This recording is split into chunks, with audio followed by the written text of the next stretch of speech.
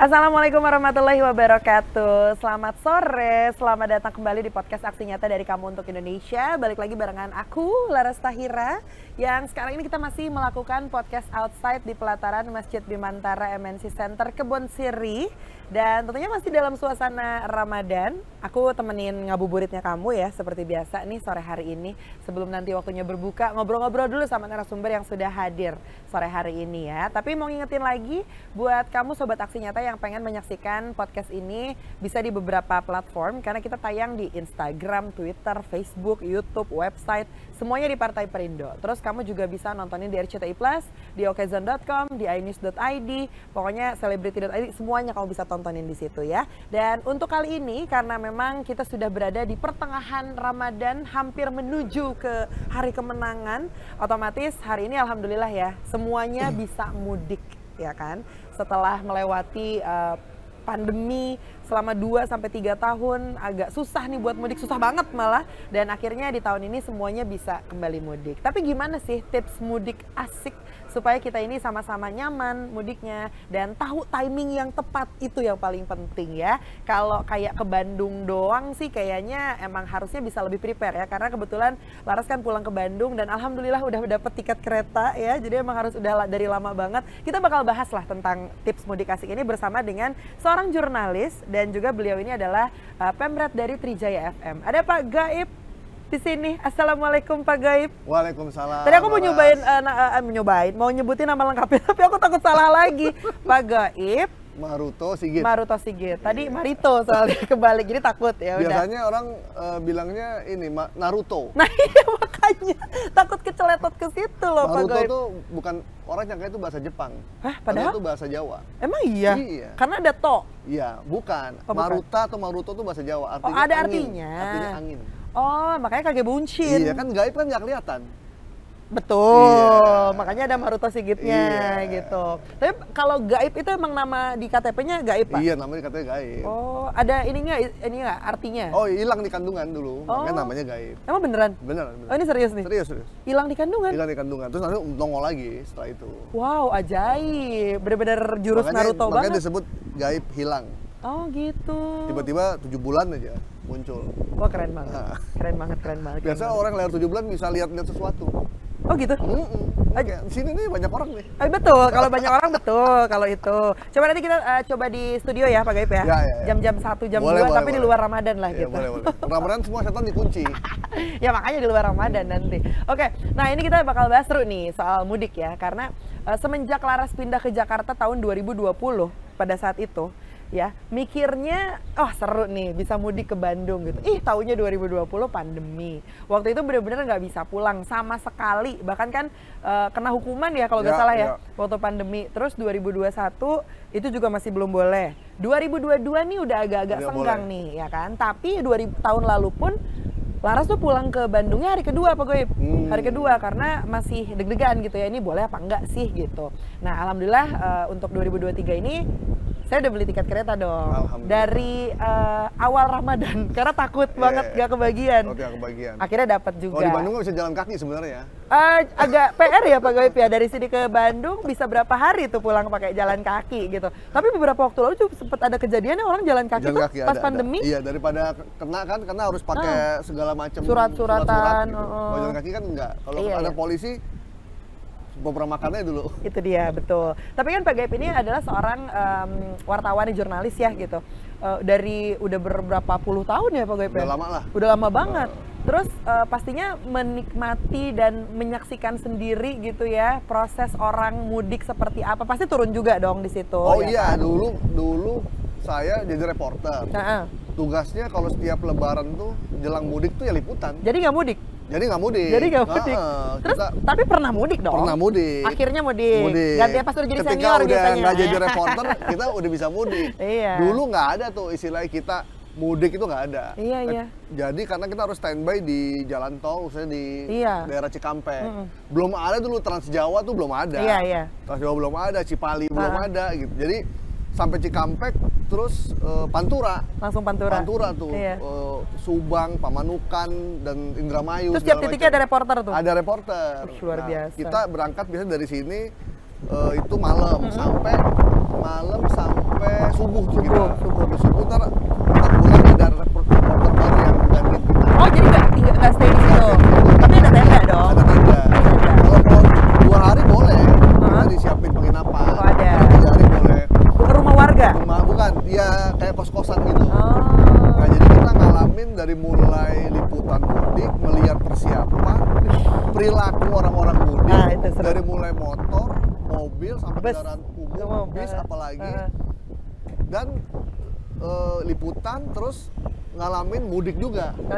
Mudik sampai macet, berjam-jam tuh beberapa tahun lalu sebelum Covid, pernah dialami juga. Di Cipali jam 3 sore sampai keluar tol dalam kota itu jam 12 malam. Oke, tapi sebelum ke situ ini seru nih ya, karena kan kita nggak pernah tahu ya perilaku orang mudik tuh sebetulnya kayak apa sih? Apakah tiba-tiba mereka ngemper untuk melakukan ngeliwet dan segala macam? Kita nggak pernah tahu gitu. Tapi yang bikin mungkin pop up on your mind gitu ya ketika mendengar kata mudik adalah ini sudah menjadi tradisi orang Lebaran gitu. Akhirnya makin kesini semakin banyak gitu tradisinya. Natalan juga orang mudik, terus hari kebesaran lain agama lain juga orang mudik. Tahun baru juga mudik gitu. Tapi sebetulnya awal apa ya, asal muasal mudik ini tuh sebetulnya dari mana dan kenapa tiba-tiba dinamain mudik gitu? Coba ya kita tanya sama reporter yang sudah berpengalaman nih. Banyak ceritanya. Mudik tuh artinya tuh mulih dilik. Ada yang tahu nggak arti mudik? Hah? Pasti ini nggak tahu. Apa mulih? Mulih dilik. Mulih itu pulang kan? Pulang sebentar. Jadi kalau ada orang mudik sebulan itu bukan mudik. Betul. Itu pulang kampung. Betul. Itulah bedanya mudik sama pulang kampung. Kalau mudik pulang terus balik lagi sebentar aja, paling lama seminggu. Ya liburan kantor lah. Mau kemana? Mau pulang kampung? Itu bisa sebulan, bisa 2 bulan, bisa selamanya. Oh jadi hati-hati menjebak. Jawabannya. Iya. Mau kemana Pak? Saya mau pulang kampung. Wah, berarti kita punya ART gitu. Kamu mau ngapain? Saya mau pulang kampung, Pak. Mohon izin. Wah, nggak balik lagi. Nggak balik lagi tuh. Nggak balik lagi. Karena kalau dia bilang saya mau mudik Pak, berarti minggu depan udah balik. Gitu. Nah, mudik itu sebenarnya dari kata udik. Kita tuh sering bilang dasar orang udik, orang desa ya maksudnya. Padahal tuh dulu di warga Melayu zaman dulu itu sering dia tinggal di hulu, perginya ke hilir, gitu, ke muara. Nanti dari situ sore mereka balik lagi. Nah, itu disebut udik sebenarnya. Nah, dari itu muncullah kata-kata itu sehingga jadi mudik. Para petani Jawa di zaman Majapahit juga gitu. Mereka merantau beberapa bulan, berbulan-bulan, terus mereka balik lagi ke kampung halamannya buat membersihkan makam. Gitu. Jadi mereka balik lagi. Jadi di situ akhirnya muncullah kata-kata itu. Nah, di Indonesia itu mulai tahun berapa ya? 70-an lah ketika Jakarta udah mulai jadi sentral pusatnya seluruh roda ekonominya Indonesia. Di desa belum ada kemajuan, belum ada otonomi daerah kayak dulu. Banyak orang nyari peruntungannya itu di Jakarta. Mereka pulang, mereka dagang, ada yang juga jadi PNS, ada yang jadi guru. Mereka bekerja di sini, terus mereka kumpulin uang. Ketika udah dapat uang, setahun Lebaran mereka pulang ketemu orang tua. Lama-lama itu terus menjadi tradisi, bukan cuma jadi tradisi. Dalam ilmu sosiologi itu ketika jadi tradisi, kemudian dia udah jadi budaya. Jadi udah jadi bagian part of our country itu, udah jadi bagian orang Indonesia. Kalau nggak mudik tuh udah gimana gitu. Jadi feel guilty dia gitu. Jadi dia merasa bersalah kalau nggak mudik. Tapi di luar negeri ada juga nggak yang kayak gini? Ada di beberapa negara Asia terutama ya. Nah, maksudnya yang nggak berhubungan dengan Asia nih. Misalnya kayak ada Christmas misalnya gitu. Terus orang-orang yang di sana pasti kan ada juga tuh yang rantau misalnya kemana-kemana. Ya. Nanti pas hari kemenangannya mereka pulang Mereka mungkin ada, cuman mereka nggak punya sejarah gitu aja. Kalau kita kan punya sejarah. Sesuatu yang dikerjakan dengan ada kekuatan sejarah itu biasa lebih kultural sifatnya gitu. Jadi makanya di Indonesia tuh mudik tuh jadi sesuatu yang luar biasa. Bahkan negara lain tuh ketika lihat Indonesia tuh jadi sesuatu lah. Dan pemerintah melihat ini sebagai wah ini memang mesti difasilitasi. Jadi nggak bisa asal. Makanya jalan tol semua tuh difasilitasi. Bahkan mudik kita yang tadinya tanggal 20 berapa tuh? 21 gak sih? Tadinya 21. Kemudian dimundurin jadi 19 supaya ada rentang waktu. Jadi lebih karena panjang. kalau lebih panjang, karena kalau ini kan 2 tahun Covid nih.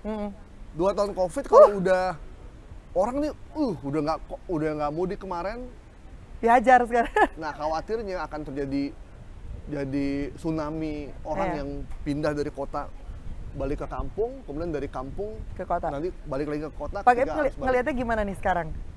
Nah, perkiraannya udah gimana pasti untuk ini mudik akan ini? jadi puncaknya mudik pasca Covid. Kemarin aja tahun 2022 itu orang yang mudik tuh 85 jutaan. Ya, 85 juta ya. Itu ketika masih Covid loh, masih Covid masih itu ya. Orang masih ngeri-ngeri, naik pesawat mesti pakai kartu, pakai PCR segala macam. Nah sekarang udah nggak ada ituan semua. Naik kereta, naik pesawat, bahkan di tiket udah habis juga. Udah habis. Belum lagi jumlah pemotor juga makin banyak. Sekarang ini lihat deh dealer-dealer. Motor tuh paling laku sekarang. Oh udah pada beli pada nih. Beli motor. Duit THR dibeli motor. Luar biasa. Untuk balik ke sana. Ke kampung ya. Terus keliling-keliling tuh. Iya. Pemerintah memperkirakan mudik ini di 2023 tuh mencapai 123 juta orang. Wow, hampir 2 kali lipat dari tahun lalu ya. Dan sekitar 16 sampai 20 juta dari Jabodetabek. Bisa kita bayangin dalam rentang waktu 4 hari 5 hari itu akan ada pergerakan manusia dari Jabodetabek menuju ke Jawa. Pulau Jawa. Dan ada dari beberapa daerah Sumatera, Kalimantan, Sulawesi menuju ke Jawa juga. Gitu. Jadi sistem transportasi, sistem manajemen transportasi yang harus dibangun pemerintah tuh memang harus rapi, jangan sampai ada lonjakan yang luar biasa. Iya. Ini Jakarta siap-siap aja nih, mau nanti ada lagi tuh tren tiduran di jalan layang. Karena sepi ya? Iya, sepi banget Jakartanya. Bandung juga lumayan sepi sih kalau Lebaran gitu ya, kota-kota besar di beberapa Jawa Barat gitu. Bener. Nah, tapi kalau ngelihat dari, apalagi Pak Gaib kan sudah berpengalaman ya, udah bertahun-tahun ada di jalanan juga untuk memperhatikan orang-orang mudik gitu. Di tahun 2023 ya memang lonjakannya luar biasa sekali, diprediksi bisa sampai ratusan juta, seperti 123 juta gitu ya pemudik yang akan melakukan mudik di tahun ini. Apa yang sebaiknya dilakukan oleh para pemudik ini? Apa yang lebih dipreferkan gitu ya? Apakah mungkin memakai kendaraan umum kah? Membawa kendaraan pribadi kah? Karena ngerti banget sih, apalagi buat yang ada di ibu kota, kemudian udah mendapatkan penghasilan, udah punya mobil baru atau motor baru, pengennya itu dipamerkan dalam tanda kutip ke keluarga di kampung gitu. Jadi mudik tuh dimensinya banyak. Selain bersilaturahim sama keluarga, sama orang tua yang masih punya orang tua, atau sama Pak De, Bude kita, Om, dan sesepuh kita yang ada di kampung. Atau mantan, Pak Gaib, bisa mantan jadi. juga mau ketemuan. Kan? Juga yang kedua, ajang untuk pembuktian diri lah. Yes, kita udah berhasil, datang ke sana, ketemu teman-teman lama, sekaligus makanya penjualan mobil, motor, dealer laku keras deh. Gitu. Betul. Itu salah satunya itu, dan di samping juga meningkatkan ekonomi lokal yang ada di daerah. Nanti kita bahas itu sendiri karena itu menarik sekali. Nah, dengan jumlah pemudik yang sebanyak itu, dengan rentang waktu juga yang nggak terlampau lama juga, cuma seminggu waktunya, dan orang bergerak secara bersamaan. Jadi yang paling penting pertama kita harus cari timingnya. Timing, betul. Jadi timingnya, kalau kita mau berangkat pakai kendaraan pribadi, maka timingnya harus pas tuh. Kemarin ada orang yang berangkat pas habis sholat Id, dia berangkat. Oh, justru di hari H? Dengan harapan, orang pada Id kan. Ternyata enggak juga. Ternyata orang pikirannya sama. Semua orang pokoknya, kayak kita kalau di jalan aja, kayaknya kalau belok sini semua orang kosong nih. Ternyata begitu, semua orang pikirannya ke situ. Nah, jadi emang timing tuh penting. Kita harus lihat-lihat, sering baca info, baca koran gitu. Itu yang kedua, kalau emang kita pakai kendaraan umum, itu cek peta juga. Kira-kira dari mana alternatifnya. Jadi kita udah bisa tahu deh. Jadi jangan mudik tuh cuman one way aja, pokoknya lewat Trans Jawa nyampe. Belum tentu juga. Ketika kita udah tahu situasinya, maka kita bisa ngambil keputusan. Karena itu keputusannya cepat tuh. Begitu kita nggak belok kiri, lewat dikit kita nggak bisa mundur, udah kejebak. Dan kalau kejebak tuh agak berat gitu. Nah itu yang mesti diketahui. Nah itu dua hal pertama. Berikutnya, mudik tuh bukan cuma nyaman di jalan, tapi juga nyaman di rumah. Kalau kita mudik rumahnya nggak nyaman kan bahaya juga. Jadi yang pertama kita lakukan adalah sebelum kendaraan, pastikan ketika kita meninggalkan rumah, colok-colokan listrik semua udah dicabutin. Terus pastikan semua nggak ada yang stop kontak semua nempel. Walaupun nggak kayak TV, meskipun kita nyalain, kan listriknya masih mengalir tuh kalau menurut pakal listrik kan. Jadi mesti kita cabut. Mungkin kulkas kali yang tetap kita nyalain. Tapi kalau kulkas emang nggak ada makanan, cabut aja gitu. Jadi memang kalaupun kita memang ingin berlebaran di sana dan waktunya lama, kulkas kosongin aja. Itu lebih aman buat kita. Nyalain lampu satu di belakang atau di samping kiri di pavilion kan, biar kelihatan itu. Terus pastikan ada satpam yang jagain, biar kita aman dulu di jalan gitu. Jangan sampai kita jalan di tengah jalan ada problem. Yang kedua, kendaraan kita ini buat yang umum ya, kayak kendaraan pribadi. Ya. Jangan baru 2 hari mau mudik ke bengkel, itu dijamin bengkel penuh. Oh iya lagi. Bengkel penuh karena semua orang pengen tune up mobilnya, gitu. Jadi seminggu sebelumnya, seminggu atau 2 minggu sebelumnya. Sekarang lah. Sekarang nih, pasti cek segala macam. Kalau tekanan ban tuh bisa 2 hari 3 hari sebelum berangkat. Tapi kalau mesin segala macam itu mesti jauh-jauh hari dipastikan aki, ban. Kalau udah mulai gundul tuh. Kalau emang gundul ganti aja. Aki kita cek udah berapa lama. Kalau udah hampir 1,5 tahun ganti aja. Kalau belum ganti oli, ganti oli segala macam tuh mesti dipastikan. Walaupun kita baru sebulan nih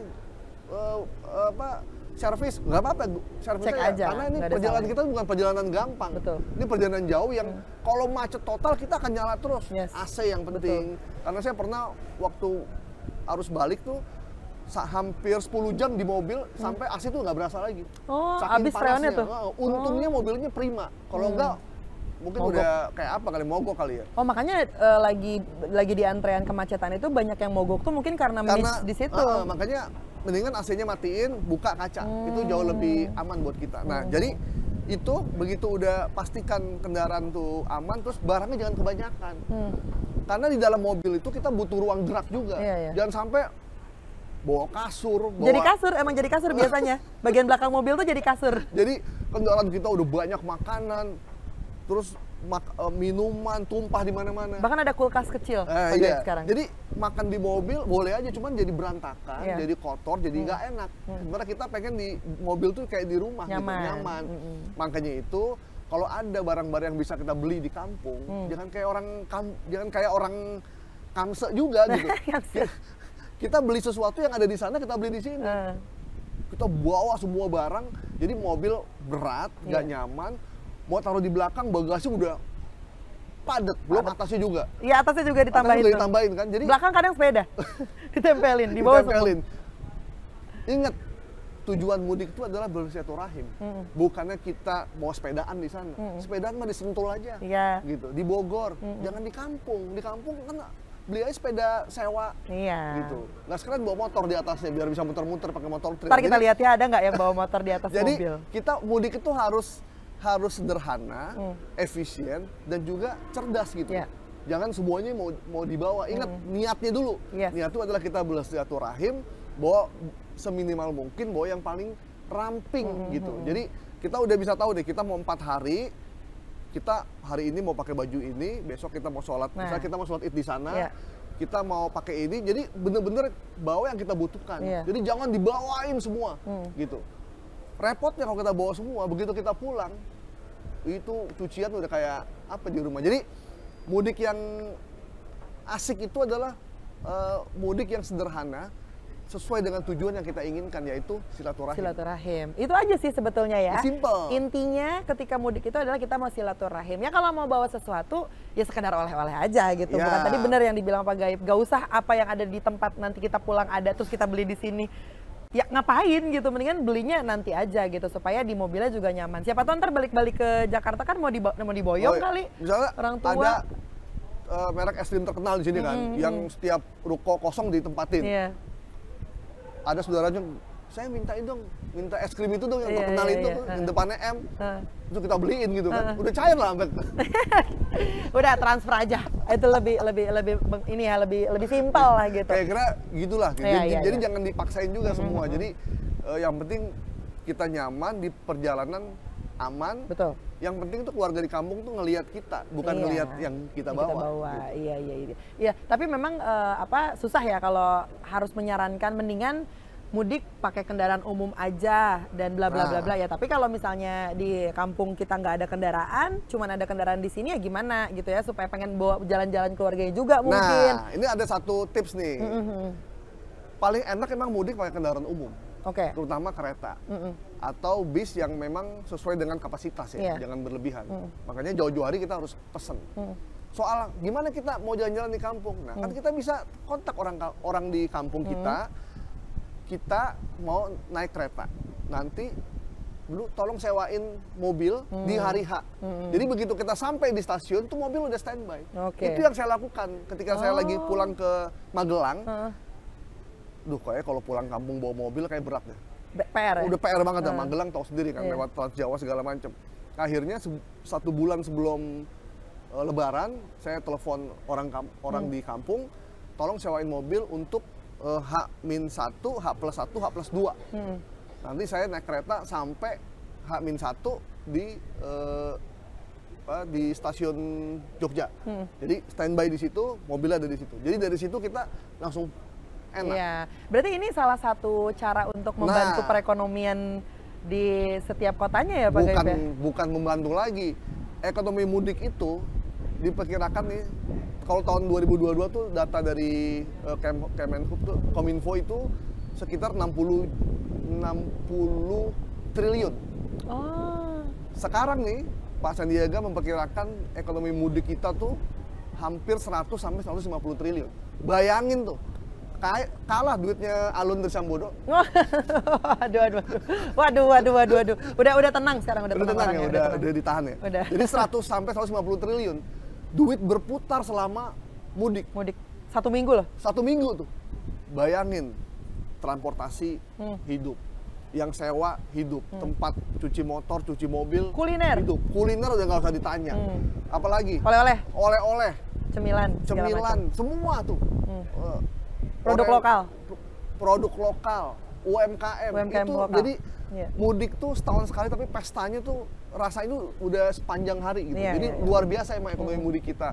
Makanya itu pemerintah melihat potensi yang luar biasa, akhirnya mengelola mudik itu menjadi satu sistem sehingga dibuat rapi, semua kabupaten kota yang dilewati itu ada poskonya, betul, arahnya mau kemana, apalagi di SPBU, udah dibikin nyaman karena itu tempat beristirahat.